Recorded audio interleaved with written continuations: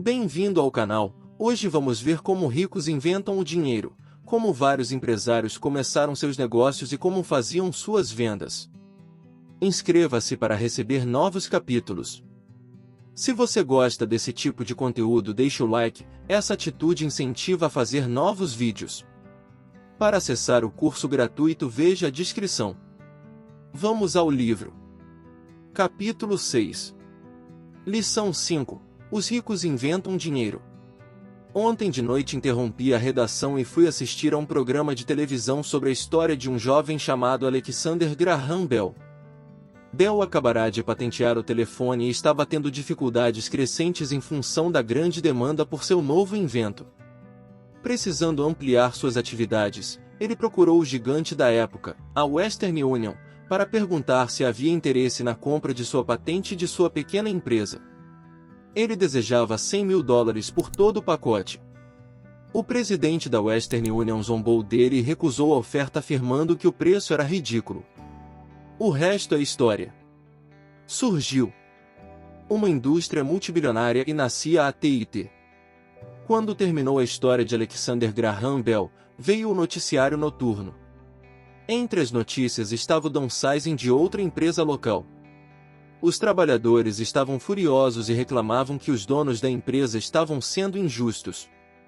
Um gerente demitido, de cerca de 45 anos de idade, estava na fábrica com sua mulher e 2 crianças, pedindo aos guardas que o deixassem entrar para falar com os proprietários a fim de solicitar que reconsiderassem sua demissão.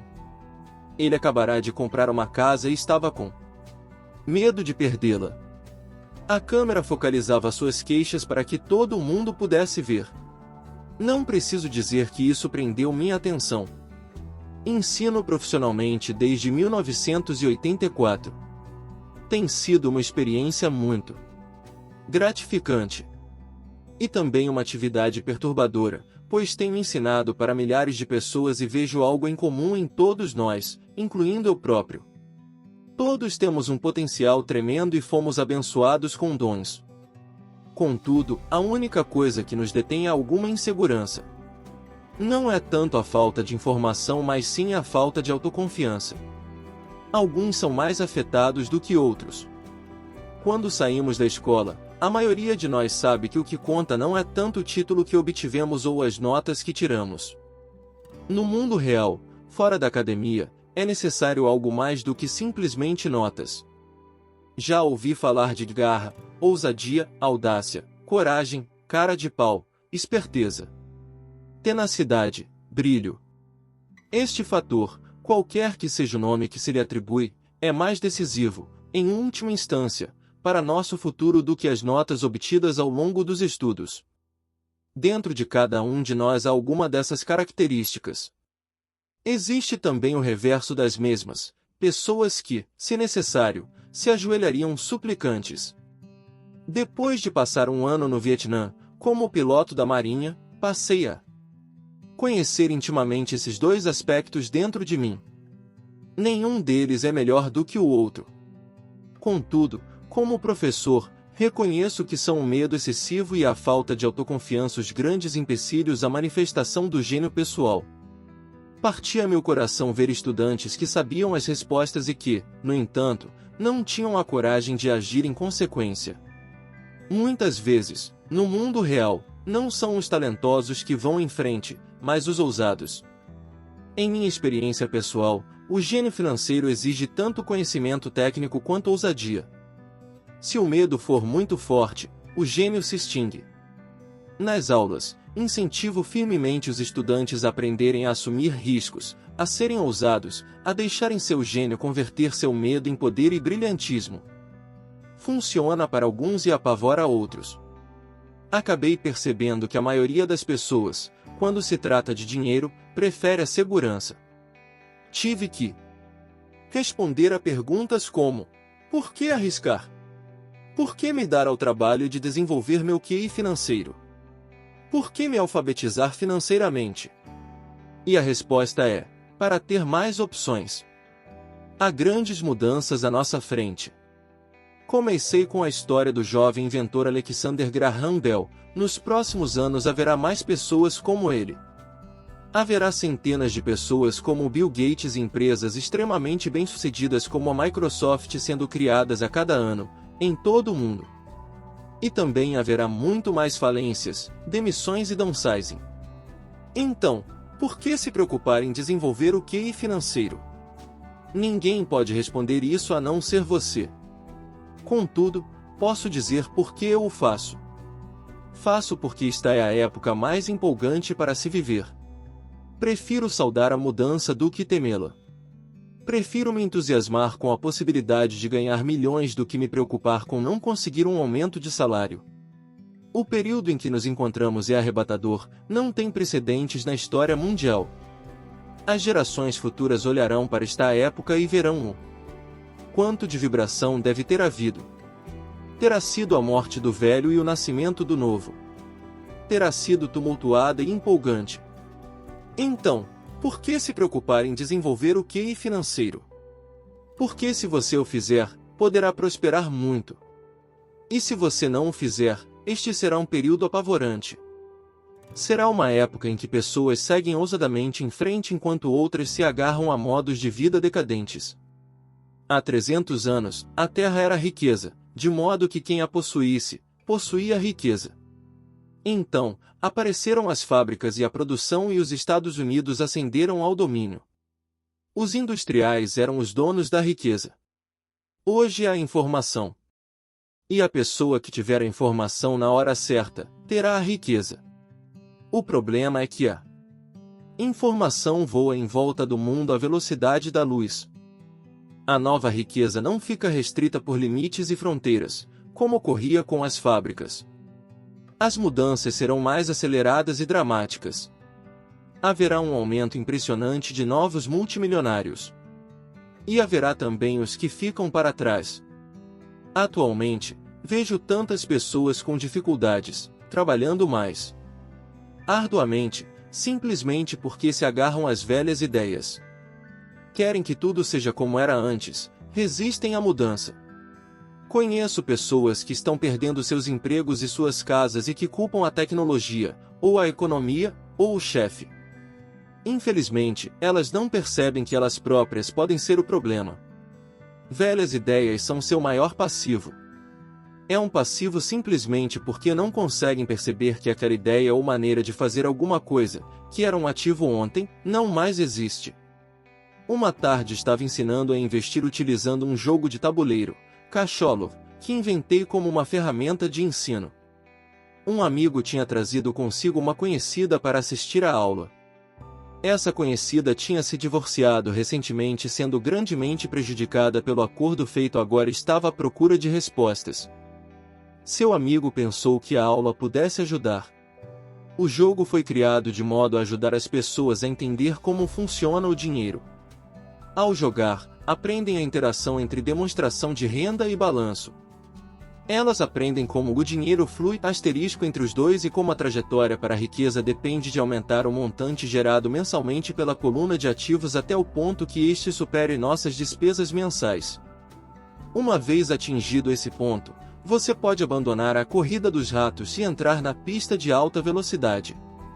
Como disse, algumas pessoas odeiam o jogo, outras adoram e algumas não entendem. Essa mulher perdeu uma valiosa oportunidade de aprender.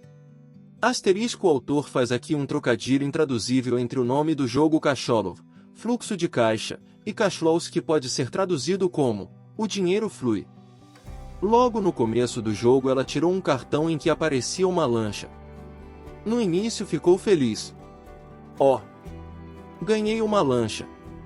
Então, quando o amigo tentou lhe explicar como funcionavam as contas de sua demonstração de renda e de seu balanço, ela ficou frustrada porque nunca gostara de matemática. O resto dos jogadores de sua mesa ficaram esperando enquanto o amigo lhe explicava a relação entre demonstração de renda, balanço e fluxo de caixa mensal. De repente, ela percebeu como os números se encaixavam e que a lancha estava comendo viva. No correr do jogo, também foi atingida pelo downsizing e teve um filho. Para ela foi um jogo terrível. Depois da aula, seu amigo se aproximou de mim e disse que ela estava perturbada. Viera para a aula pensando em aprender a investir e não gostara do tempo gasto com um jogo bobo. Seu amigo tentou levá-la a pensar se o jogo não teria se refletido nela de alguma forma. Com essa sugestão, a mulher pediu o dinheiro de volta. Disse que a mera ideia de que o jogo pudesse ter algo a ver com ela era ridícula. Seu dinheiro foi rapidamente devolvido e ela foi embora. Desde 1984, ganho milhões simplesmente fazendo o que o sistema de ensino não faz. Na escola, a maioria dos professores faz exposições. Eu detestava exposições quando estudante, logo me aborreci e minha mente começava a divagar. Em 1984, comecei a ensinar por meio de jogos e simulações. Sempre incentivei os estudantes adultos a pensar nos jogos como uma reflexão sobre o que eles já sabem e sobre o que precisam ainda aprender. É um sistema de feedback instantâneo. Em lugar de um professor fazendo uma exposição para o aluno, o jogo lhe devolve uma exposição personalizada, feita sob medida para você. O amigo da mulher que foi embora me ligou mais tarde contando o que estava acontecendo. Ele disse que a amiga estava ótima e se acalmara. Depois de mais calma, ela começou a ver alguma relação entre o jogo e sua vida. Embora ela e o marido não possuíssem uma lancha, tinham tudo o que se pode imaginar. Ela estava furiosa depois do divórcio, tanto porque ele a deixará por uma mulher mais nova, quanto pelo fato de em 20 anos de casamento eles terem acumulado poucos ativos. Não havia quase nada a dividir. Os 20 anos de casamento tinham sido muito divertidos, mas tudo que eles tinham acumulado era um monte de badulaques. Ela percebeu, ao fazer as contas, a demonstração de renda e o balanço, que sua raiva decorria do fato de não entendê-las. Ela tinha acreditado que as finanças eram assunto de homem. Ela cuidava da casa e da vida social e ele tratava das finanças. Estava agora certa de que nos últimos 5 anos de casamento ele ocultara dinheiro dela. Ela estava furiosa consigo mesma por não ter visto para onde o dinheiro ia, tanto quanto por não ter descoberto a existência da outra mulher. Da mesma maneira que o jogo de tabuleiro, o mundo está sempre nos dando um feedback instantâneo. Poderíamos aprender muito se prestássemos mais atenção. Um dia, não muito tempo atrás, queixei-me com minha mulher de que a lavanderia devia ter encolhido minhas calças. Minha mulher sorriu gentilmente e cutucou minha barriga para informar que as calças não tinham encolhido, alguma coisa tinha se expandido. O jogo Cacholo se destina a oferecer a cada jogador um feedback pessoal.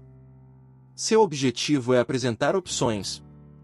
Se você tirar um cartão que o endivida, a questão é: o que posso fazer agora? Quantas opções financeiras diferentes você pode imaginar? Este é o objetivo do jogo: ensinar os jogadores a pensar e criar várias e novas opções financeiras. Já observei mais de 1000 pessoas jogarem Cacholo. Aquelas que saem da corrida dos ratos mais rapidamente são as que têm um bom conhecimento dos números e uma mente criativa do ponto de vista financeiro. Elas reconhecem as diferentes opções financeiras. As pessoas que demoram mais são as que não têm familiaridade com números e que frequentemente não entendem o poder do investimento. As pessoas ricas frequentemente são criativas e assumem riscos calculados. Há muita gente que ganha rios de dinheiro no jogo, mas não sabe o que fazer com ele. A maioria dessas pessoas também não é bem-sucedida nas finanças na vida real, todos parecem passar à sua frente. São muitos os que, apesar da quantidade de dinheiro que possuem, não progridem financeiramente. Limitar suas opções é o mesmo que agarrar-se a ideias antiquadas. Tenho um amigo, do meu tempo no 2º grau, que agora trabalha em 3 empregos. 20 anos atrás era o mais rico da minha turma. Quando a usina de açúcar local fechou, a empresa em que trabalhava quebrou junto. Na sua cabeça, ele só tinha uma opção e essa era a opção antiga: trabalhar arduamente. O problema é que não conseguia encontrar um emprego que reconhecesse sua antiguidade na empresa quebrada. Em consequência, ele tem uma qualificação superior ao necessário no emprego atual e seu salário é, portanto, inferior. Então ele está trabalhando em 3 empregos para conseguir sobreviver. Observei pessoas que jogam cacholo queixando-se de que as cartas não lhes oferecem as oportunidades certas e, assim, ficam paradas. Conheço quem faça isso na vida real e esperam pela oportunidade certa. Observei pessoas que tiram a carta certa mas não têm dinheiro suficiente. Então se queixam de que poderiam ter saído da corrida dos ratos se tivessem mais dinheiro e, assim, ficam paradas. Na vida real há quem faça o mesmo. Vêem todos os grandes negócios mas não têm dinheiro. E já vi pessoas tirarem uma carta com uma grande oportunidade, lê-la em voz alta e não terem ideia do que se tratava. Tem o dinheiro, a época é oportuna, tem a carta, mas não veem a chance que está à sua frente. Não conseguem ver como isso se encaixa em seu plano financeiro para sair da corrida dos ratos. E há ainda os que parecem todos esses tipos combinados. A maioria tem uma oportunidade única bem na sua frente e não consegue vê-la. Um ano depois descobre-se que todos os outros ficaram ricos. A inteligência financeira é simplesmente ter mais opções. Se as oportunidades não aparecem à sua frente, que outra coisa você pode fazer para melhorar sua posição financeira? Se uma oportunidade lhe cai do céu, e você não tem dinheiro, e o banco não lhe dá atenção, o que mais poderia fazer para essa oportunidade trabalhar a seu favor? Se seu palpite é errado e o que você esperava não acontece, como pode transformar um limão em milhões? Isso é inteligência financeira. Não é tanto o que acontece, mas quantas soluções financeiras diferentes você pode imaginar para transformar um limão em milhões? E a sua criatividade a serviço da solução de problemas financeiros. A maioria das pessoas só conhece uma solução: trabalhar arduamente, poupar e levantar empréstimos. Então, por que você quer aumentar sua inteligência financeira? Por que você quer ser o tipo de pessoa que cria sua própria sorte? Você pega o que quer que aconteça e o torna melhor. Poucas pessoas percebem que a sorte é criada do mesmo modo que o dinheiro. E se você quer ter mais sorte e criar dinheiro em lugar de trabalhar arduamente, então sua inteligência financeira é importante. Agora, se você é o tipo de pessoa que fica à espera de a coisa certa acontecer, pode esperar muito tempo. É como esperar que todas as luzes estejam verdes 5 quilômetros antes de começar a viagem. Quando éramos garotos, Mike e eu ouvíamos meu pai rico dizer que o dinheiro não é real. Pai rico de vez em quando nos lembrava como chegamos perto do segredo do dinheiro naquele primeiro dia em que começamos a fazer dinheiro com gesso. Os pobres e a classe média trabalham pelo dinheiro, dizia. Os ricos fazem dinheiro. Quanto mais real vocês pensarem que o dinheiro é, tanto mais arduamente trabalharão por ele. Se vocês perceberem que o dinheiro não é real, enriquecerão mais rápido. Então o que é? Era a pergunta que Mike e eu repetíamos frequentemente. O que é a moeda se não é real? O que nós concordamos que seja, era tudo que Pai Rico respondia. O ativo mais poderoso que todos nós possuímos é nossa mente. Se for bem treinada, pode criar uma imensa riqueza no que parece ser um instante. Riqueza muito além dos sonhos de reis ou rainhas há 300 anos. Uma mente não treinada também pode criar pobreza extrema que perdura por muito tempo quando é transmitida às famílias. Na era da informação, o dinheiro cresce exponencialmente. Algumas poucas pessoas estão se tornando fabulosamente ricas a partir do nada, apenas com ideias e acordos. Se você perguntar a muitas pessoas que negociam com ações ou outros investimentos como meio de vida, elas dirão que veem isso acontecer a toda hora. Milhões podem ser ganhos instantaneamente a partir do nada. E ao dizer nada estão querendo dizer que não há dinheiro sendo trocado. Tudo é feito por um acordo, um sinal manual. No pregão, um sinal na tela de um corretor em Lisboa originado por um corretor em Toronto e de volta a Lisboa, um telefonema para meu corretor para comprar e outro, logo a seguir, para vender. O dinheiro não muda de mãos. Os acordos mudam. Então, por que desenvolver seu gênio financeiro? Só você pode responder a isso. Eu só posso dizer porque tenho estado desenvolvendo essa área de minha inteligência. Eu o faço porque quero ganhar dinheiro rapidamente. Não porque eu precise, mas porque quero. E um processo de aprendizado fantástico. Desenvolvo meu QI financeiro porque quero participar do maior jogo do mundo. E de minha maneira pequena, gostaria de ser parte dessa evolução sem precedentes da humanidade, a era em que os seres humanos não trabalham com seus corpos, mas apenas com suas mentes. Aliás, nestas é onde está a ação. E o que está acontecendo? E fantástico. E apavorante. E é divertido. É por isso que invisto em minha inteligência financeira, desenvolvendo o ativo mais poderoso que possuo. Quero estar junto das pessoas que se dirigem ousadamente para a frente. Não quero estar entre os que ficam para trás. Vou lhe apresentar um exemplo simples de criação de dinheiro. No início da década de 1990, a economia de Fênix estava em situação deplorável. Assistia na televisão ao Bom Dia América quando um consultor financeiro começou a prever dias de desgraça e sombra. Seu conselho era: poupe seu dinheiro. Ponha $100 de lado a cada mês, dizia, e em 40 anos você será um multimilionário. Bem, fazer uma poupança mensal é uma orientação válida. E uma opção a opção que a maioria das pessoas encamparia. O problema é o seguinte: nos tornamos cegos ao que está acontecendo à nossa volta. Perdem-se grandes oportunidades de um ganho maior. O mundo passa ao largo daqueles que optam por esse caminho. Como disse, a economia estava em situação deplorável naquele momento. Para os investidores, essa é a condição perfeita do mercado. Parte de meu dinheiro estava aplicado em ações e apartamentos. Tinha pouco dinheiro em mãos. Como todos estavam se desfazendo de coisas, eu estava comprando. Eu não estava poupando, estava investindo. Minha mulher e eu tínhamos mais de $1 milhão trabalhando em um mercado que crescia rapidamente. Era a melhor oportunidade para investir. A economia encontrava-se em má situação. Eu não podia deixar aqueles pequenos negócios passarem ao largo. Casas que valiam $100 mil estavam agora sendo oferecidas por $75 mil. Mas em vez de comprar na imobiliária local, comecei a comprar no escritório do advogado especializado em falências ou nos degraus do tribunal.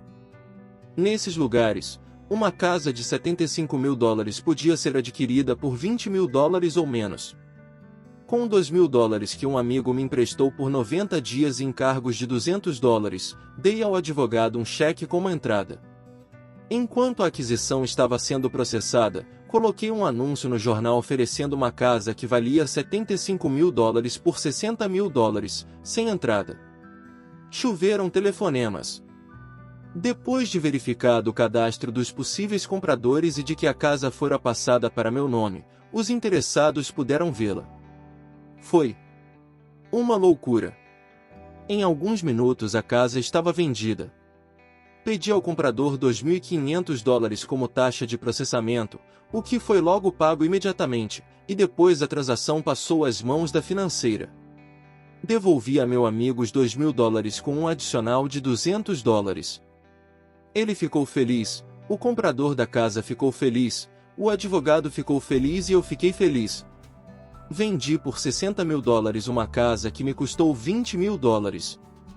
Os $40 mil foram criados com dinheiro que estava em minha coluna de ativos na forma de uma promissória do comprador. Tempo total de trabalho, 5 horas. Agora que você está alfabetizado financeiramente e lê os números, mostrarei por que isto é um exemplo de dinheiro sendo inventado. Nessa fase de mercado deprimido, minha mulher e eu fizemos 6 de tais simples transações nas horas vagas. Enquanto o grosso de nosso dinheiro estava aplicado em imóveis maiores e em ações, conseguimos criar mais de $190 mil em ativos, promissórias a juros de 10%, a partir dessas 6 transações de compra, cria e vende. Isso representa uma renda anual de aproximadamente $19 mil, boa parte dos quais abrigados sob o manto de nossa sociedade anônima. Esses $19 mil anuais se destinarão sobretudo a pagar os carros de nossa empresa, gasolina, viagens, seguros, jantares com clientes e outros. Quando o governo tributa essa renda, ela já foi gasta em despesas legalmente dedutíveis. Isso foi um exemplo simples de como o dinheiro é inventado, criado e protegido usando-se inteligência financeira. Pergunte-se quanto tempo levaria para poupar 190 mil dólares. O banco lhe pagaria um juro de 10% sobre esse dinheiro? E a promissória é de 30 anos. Espero que eles nunca me paguem os 190 mil dólares. Eu teria que pagar impostos se eles me pagassem o principal e, além disso, 19 mil dólares pagos ao longo de 30 anos geram uma renda de pouco mais de 500 mil dólares. Já vi pessoas perguntarem o que aconteceria se o comprador não pagasse. Também seria bom. O mercado imobiliário de Phoenix foi, entre 1994 e 1997, um dos mais quentes do país. Aquela casa de 60 mil dólares teria sido retomada e revendida por 70 mil dólares, mais outros 2.500 dólares a título de despesas de processamento. E ainda seria um bom negócio para o novo comprador. E o processo prosseguiria. Se você lembra, a primeira vez que vendi essa casa, devolvi os 2.000 dólares, tecnicamente não pus dinheiro na transação. Meu retorno sobre o investimento, ROI, é infinito. Esse é um exemplo de um monte de dinheiro sendo feito a partir do nada. Na segunda transação, quando revendi, eu teria posto 2.000 dólares de meu bolso e renovado o empréstimo por 30 anos. Qual teria sido o ROI se eu recebi dinheiro para fazer dinheiro? Não sei, mas sem dúvida é muito mais do que seria obtido poupando 100 dólares todo mês, o que na verdade acaba sendo equivalente a 150 dólares porque se trata de uma renda, já descontado o imposto durante 40 anos a 5%, e que novamente sofrerá tributação de 5%. Não é algo muito inteligente. Pode ser seguro, mas não é esperto. Atualmente, em 1997, quando estou escrevendo este livro, as condições de mercado são exatamente o oposto do registrado 5 anos atrás. O mercado de Phoenix é a inveja dos Estados Unidos. As casas que eram vendidas a 60 mil dólares valem agora 110 mil dólares. Há ainda oportunidades, mas me custariam um ativo valioso, meu tempo, sair por aí atrás delas. São raras. Mas hoje há milhares de compradores buscando esses negócios e apenas uns poucos fariam sentido financeiramente. O mercado mudou.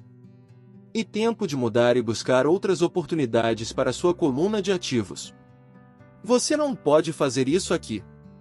Isso é contra a lei. Você está mentindo. Ouço esses comentários com muito mais frequência do que você pode me mostrar como fazer isso. A matemática é simples. Você não precisa de álgebra ou de cálculo. Não. Escrevo muito porque a financeira cuida do lado legal da transação e do controle do pagamento. Não preciso consertar tetos ou instalações hidráulicas porque os proprietários cuidam disso. E a casa deles? De vez em quando alguém não paga. E isso é muito bom porque há multas de mora ou eles se mudam e a propriedade é vendida de novo. O sistema judiciário cuida disso. Pode até não funcionar na sua região. As condições de mercado podem ser diferentes. Mas o exemplo ilustra como um processo financeiro simples cria centenas de milhares de dólares com pouco dinheiro e baixo risco. E um exemplo de dinheiro sendo apenas um contrato. Qualquer pessoa com instrução secundária pode fazer isso. Contudo, muita gente não o faz. Muita gente segue o conselho padrão, trabalhe arduamente e poupe dinheiro. Mantivemos a sigla em inglês ROI, Return ou investimento, por esta ser frequentemente encontrada em publicações financeiras. N.T. Com cerca de 30 horas de trabalho, foram criados aproximadamente 190 mil dólares na coluna de ativos sem se pagar impostos. O que lhe parece mais complicado? 1. Trabalhar arduamente, pagar impostos com alíquota de 50%, poupar o que sobra, suas poupanças rendem 5%, que também são tributados. Ou 2. Despender tempo para desenvolver sua inteligência financeira e dominar o poder de seu cérebro e a coluna dos ativos? Acrescente a isso o tempo, e este é um de seus maiores ativos, que levará para poupar $190 mil se você escolher a opção L. Agora você pode entender por que balanço a cabeça silenciosamente quando ouço pais dizerem: meu filho está indo muito bem na escola e está recebendo uma boa instrução. Pode ser bom, mas é adequado? Sei que a estratégia de investimento acima é pequena. Foi usada para mostrar como o pequeno pode transformar-se em grande. Novamente, meu sucesso reflete a importância de um sólido embasamento financeiro, o que começa com uma boa instrução financeira. Já disse antes, mas vale a pena repetir: a inteligência financeira é constituída por estas 4 habilidades técnicas. 1. Alfabetização financeira. A capacidade de entender números. 2. Estratégias de investimento. A ciência do dinheiro fazendo dinheiro. 3. O mercado. Oferta e demanda.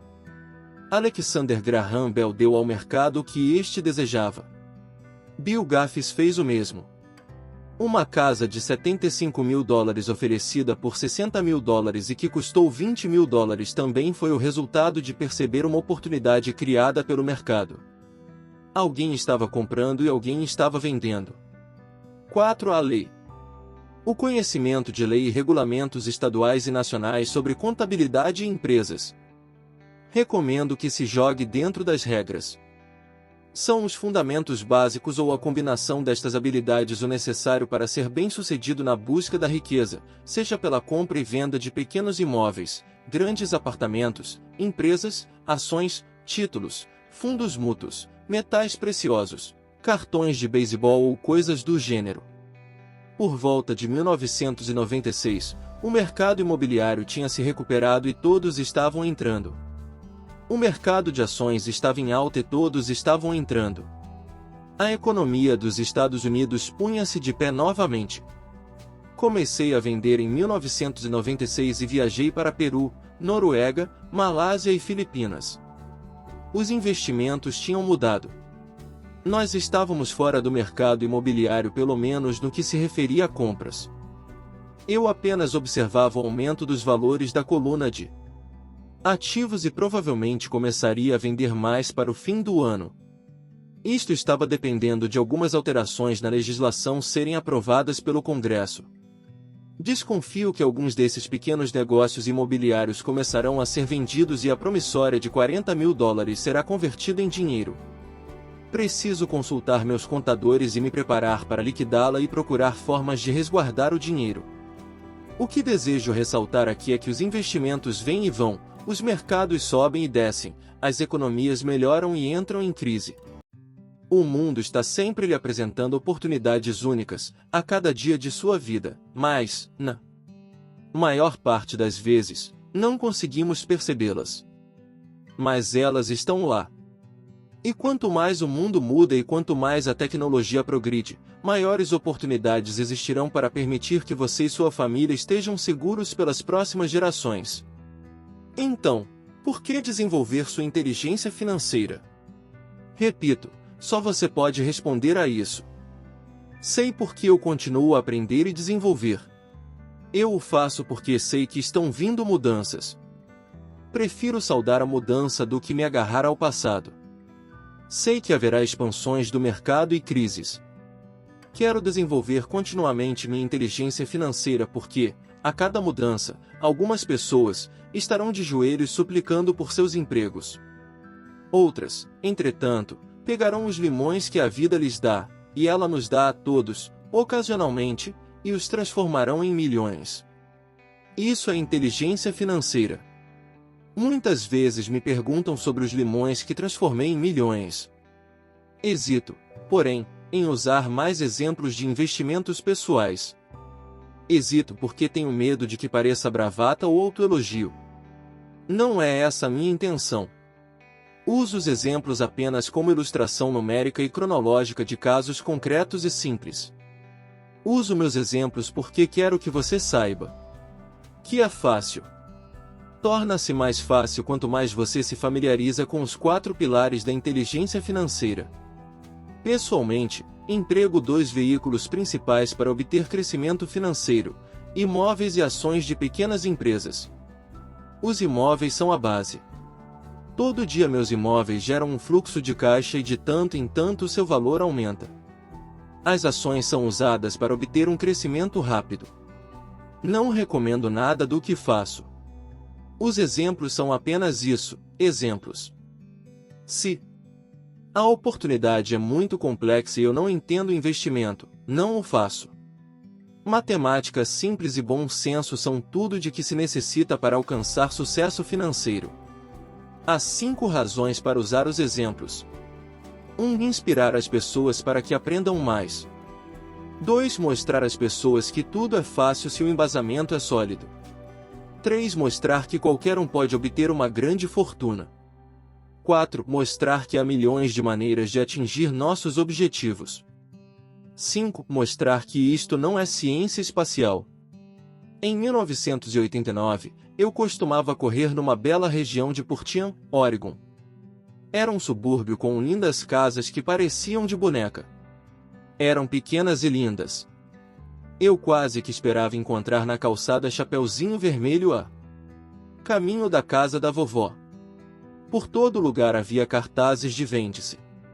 O mercado de toras de madeira estava em crise, o mercado de ações acabará de entrar em colapso e a economia estava deprimida. Numa rua notei um cartaz, que parecia pregado lá há mais tempo que os outros, anunciando a venda de uma casa. Correndo por lá um dia encontrei o dono da casa que tinha um ar preocupado. "Quanto o senhor quer pela casa?" perguntei. O dono se virou e deu um sorriso desanimado. "Faça uma oferta", disse. "Está à venda há um ano. Ninguém mais aparece para vê-la." "Vou olhar", disse eu, e meia hora depois comprava a casa por menos $20.000 do que o proprietário pedirá originalmente.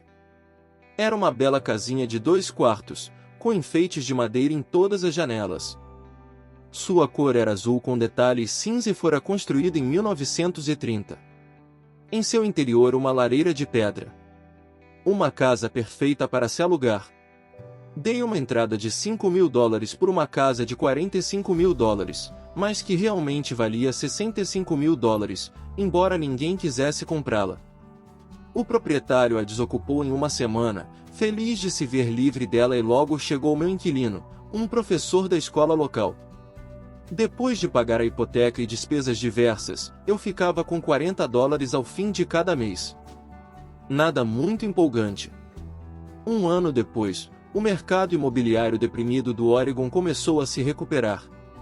Os investidores da Califórnia, cheios de dinheiro obtido em seu mercado imobiliário ainda em expansão, estavam se deslocando para o norte e comprando imóveis no Oregon e em Washington. Vendi a casinha por $95.000 a um casal californiano que achou que estava diante de uma pechincha. Meu ganho de capital de cerca de $40.000 foi empregado numa aplicação amparada pela seção 031* e comecei a dispositivo da legislação tributária americana que trata do adiamento do pagamento de impostos. Procurar um lugar onde pôr o dinheiro. Em um mês encontrei um prédio com 12 apartamentos perto da fábrica da Intel em Beaverton, Oregon. Seus donos moravam na Alemanha e não tinham ideia de quanto valia o local e, novamente, só queriam se desfazer do imóvel. Ofereci $275.000 por um prédio que valia $450.000. Concordaram com $300.000. Comprei e fiquei com ele por 2 anos. Utilizando o mesmo processo de troca de imóveis com tributação deferida, minha mulher e eu vendemos o prédio por $495.000 e compramos outro com 30 apartamentos, em Phoenix, Arizona. Naquela época nos mudamos para Phoenix, para sair de uma crise, e teríamos que vendê-lo de qualquer maneira. O preço do prédio de 30 apartamentos era de $875.000 com entrada de $225.000. O fluxo de caixa decorrente do aluguel dos 30 apartamentos era de pouco mais de $5.000 ao mês. O mercado de imóveis do Arizona começou a subir e, em 1996, um investidor do Colorado nos ofereceu $1,2 milhão pelo imóvel. Minha mulher e eu pensamos em vendê-lo, mas decidimos esperar para ver se a legislação relativa a ganhos de capital seria alterada pelo Congresso. Se mudasse, o imóvel deveria aumentar, acredito, outros 15% ou 20%. Além disso, os $5.000 ao mês eram um bom fluxo de caixa. Este exemplo mostra como é possível transformar uma pequena soma de dinheiro em outra muito maior. Repito, é uma questão de entender demonstrações financeiras, estratégias de investimento, sentir o mercado e conhecer as leis. Se as pessoas não são versadas nesses tópicos, então tenderão a seguir o dogma padrão, que é buscar a segurança, diversificar e só aplicarem. Investimentos seguros. O problema é que investimentos seguros muitas vezes são esterilizados. Isto é, são tão seguros que seus ganhos são menores. A maioria das corretoras não tocará em transações especulativas para se proteger a si próprias e a seus clientes. E essa é uma política sábia. Os negócios realmente quentes não são oferecidos aos novatos. Normalmente, os melhores negócios, que tornam os ricos ainda mais ricos, são reservados para aqueles que entendem o jogo. É tecnicamente legal oferecer a alguém que não é considerado sofisticado esses negócios especulativos, mas, naturalmente, acontece. Quanto mais sofisticado me torno, mais oportunidades aparecem no meu caminho. Outro argumento para desenvolver sua inteligência financeira, ao longo da vida, é, simplesmente, que mais oportunidades são apresentadas a você. E quanto maior for sua inteligência financeira, mais fácil será reconhecer um bom negócio. Quanto mais aprendo, e há muito a aprender, mais dinheiro ganho, simplesmente porque com o passar dos anos acumulo experiência e sabedoria. Tenho amigos que se aprisionam à segurança, trabalhando com afinco em suas profissões, e que não conseguem adquirir sabedoria financeira, que leva tempo para ser desenvolvida. De modo geral, minha filosofia é plantar sementes em minha coluna de ativos. Essa é a minha fórmula. Começo com pouco e planto sementes. Algumas se desenvolvem, outras não. Na nossa empresa imobiliária há propriedades que valem muitos milhões. E nosso próprio trust de investimento em imóveis. A maioria desses milhões partiram de investimentos mínimos, da ordem de $5.000 ou $10.000. Todas essas entradas foram beneficiadas por terem ocorrido em momentos de rápida ascensão do mercado, aumentos isentos de imposto, compras e vendas feitas repetidamente ao longo de alguns anos. Também temos um portfólio de ações, abrigado em uma empresa que minha mulher e eu chamamos de nosso fundo mútuo pessoal. Temos amigos que fazem negócios especificamente com investidores como nós, de modo que temos a cada mês dinheiro extra para investir. Compramos ações de empresas de capital fechado, de alto risco, especulativas, que estão próximas de serem listadas em bolsas dos Estados Unidos ou do Canadá. Um exemplo de como é possível obter ganhos rápidos são 100.000 ações compradas a 25 centavos pouco antes da abertura de capital da empresa. 6 meses depois, a empresa estava listada em bolsa e as 100.000 ações agora valem $2 cada uma. Se a empresa for bem administrada, o preço continuará subindo e as ações podem alcançar $20 ou mais, cada uma. Houve ocasiões em que nossos $25.000 se transformaram em 1 milhão em menos de um ano. Se você sabe o que está fazendo, você não está jogando. E jogo quando você põe dinheiro em um negócio e reza para que dê certo. O importante é usar conhecimento técnico, sabedoria e amor ao jogo para minimizar os riscos. Naturalmente, sempre há algum risco. E a inteligência financeira que aumenta as chances. Assim, o que é muito arriscado para uma pessoa é menos arriscado para outra. Essa é a principal razão pela qual incentivo sempre as pessoas a investir mais em sua instrução financeira do que em ações, imóveis ou outros mercados. Quanto mais esperto você for, mais chances terá de reduzir os riscos. As ações nas quais eu invisto são extremamente arriscadas para a maioria das pessoas e não aconselho de forma alguma que outros o façam. Estou nesse jogo desde 1979 e já paguei mais do que devia por elas. Mas se você reler por que tais investimentos são um alto risco para a maioria das pessoas, poderá organizar sua vida de modo diferente, de modo a que a habilidade de pegar $25.000 e transformá-los em $1 milhão em um ano seja de baixo risco para você. Como já disse anteriormente, nada do que escrevi é uma recomendação. São exemplos do que é simples e possível. O que faço é café pequeno no esquema das coisas. Contudo, para o indivíduo médio, uma renda de $100.000 ao ano sem fazer muita força é agradável e não muito difícil de obter. Dependendo do mercado e do quanto esperto você for, isso pode ser conseguido num prazo de 5 a 10 anos. Se mantiver suas despesas correntes em um nível modesto, $100.000 como renda adicional é bom, não importando se você trabalha. Você pode trabalhar se quiser ou tirar folga e usar o sistema tributário a seu favor e não contra você. Minha base pessoal são os imóveis. Adoro imóveis porque são estáveis e mudam devagar. Mantenho essa base sólida. O fluxo de caixa é constante, se administrado adequadamente, tem boas chances de ter seu valor aumentado. A beleza de uma sólida base em imóveis é que ela me permite arriscar um pouco mais com as ações especulativas que compro. Se tenho grandes lucros no mercado de ações, pago imposto sobre os ganhos de capital e reinvisto o que sobra em imóveis, garantindo assim o alicerce de meus ativos. Uma última palavra sobre imóveis. Tenho viajado por todo o mundo, ensinando a investir. Em todas as cidades ouço as pessoas dizerem que não há imóveis baratos. Não é essa a minha experiência. Mesmo em Nova York ou Tóquio, ou mesmo nos arredores das cidades, há pechinchas desprezadas pela maioria das pessoas. Em Singapura, que atualmente registra uma alta no preço dos imóveis, podem-se encontrar ainda pechinchas em locais não muito distantes. Logo, sempre que ouço alguém me dizer, você não pode fazer isso. Aqui, respondo que talvez a afirmação adequada seja, não sei como fazer isso aqui, ainda. As grandes oportunidades não são vistas com os olhos. São vistas com a mente. Muita gente não ficará rica nunca simplesmente porque não tem o treinamento financeiro para reconhecer oportunidades que estão bem à sua frente. Muitas vezes me perguntam, como começo? No último capítulo, mostro 10 passos que segui na trajetória para minha independência financeira.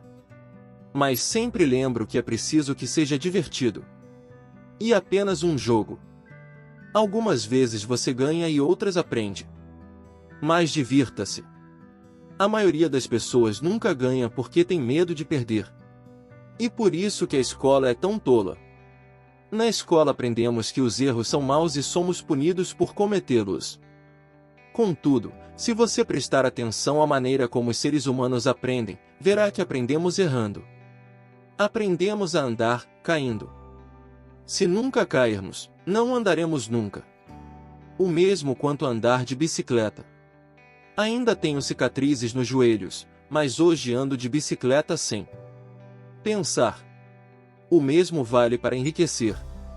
Infelizmente, a principal razão pela qual a maioria das pessoas não é rica é por seu pavor de perder. Os vencedores não têm medo de perder. Mas os perdedores, sim. Os fracassos são parte do processo do sucesso. As pessoas que evitam os fracassos também evitam os sucessos. Penso no dinheiro de forma semelhante ao meu jogo de tênis.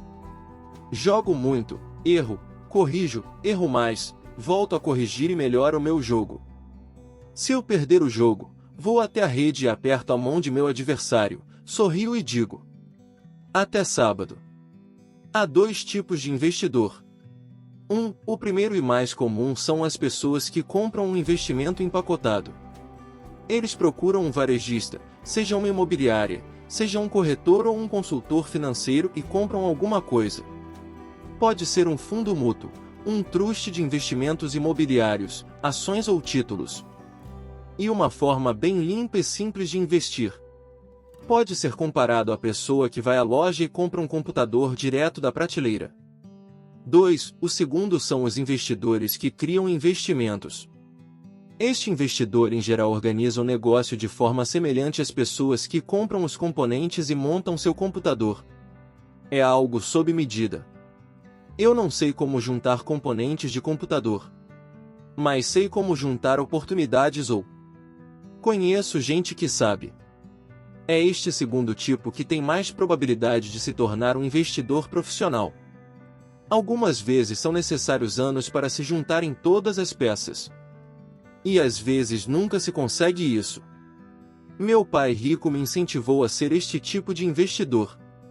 É importante aprender a juntar as peças porque é aí onde estão os grandes ganhos, e, se a maré é adversa, as grandes perdas. Se você quer ser o segundo tipo de investidor, precisa desenvolver 3 habilidades principais. Estas se somam àquelas necessárias para se adquirir a inteligência financeira. L. Como encontrar uma oportunidade que ninguém mais viu? Você vê com sua mente o que os outros veem com os olhos. Por exemplo, um amigo comprou uma casa caindo aos pedaços. Era assustador olhar para ela. Todos se perguntavam por que ele a teria comprado. O que ele viu e nós não vimos foi que junto com a casa, a compra envolvia mais 4 lotes de terreno vazio. Ele verificou isso indo à imobiliária.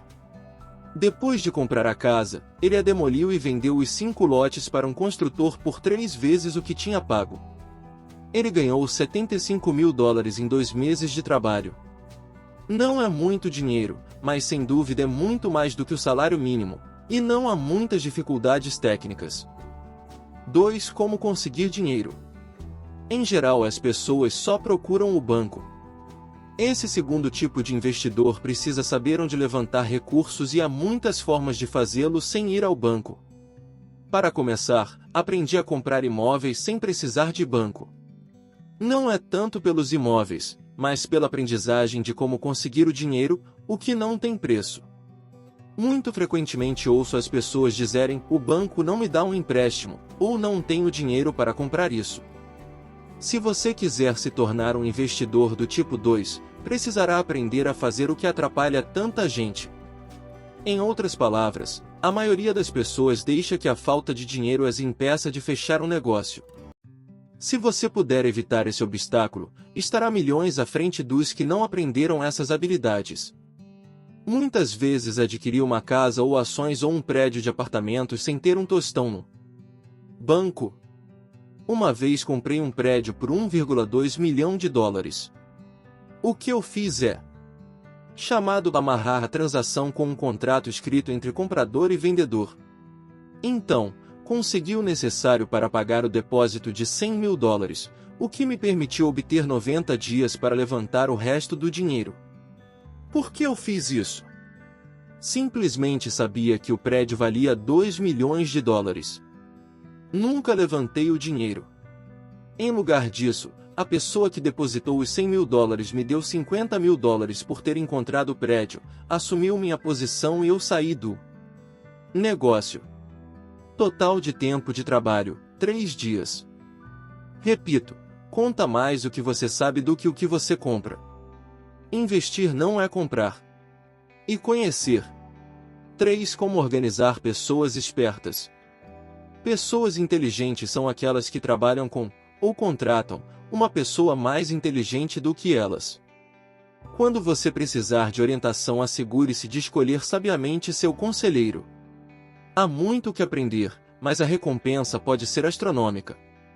Se você não quer aprender estas habilidades, então é aconselhável ser um investidor do tipo L.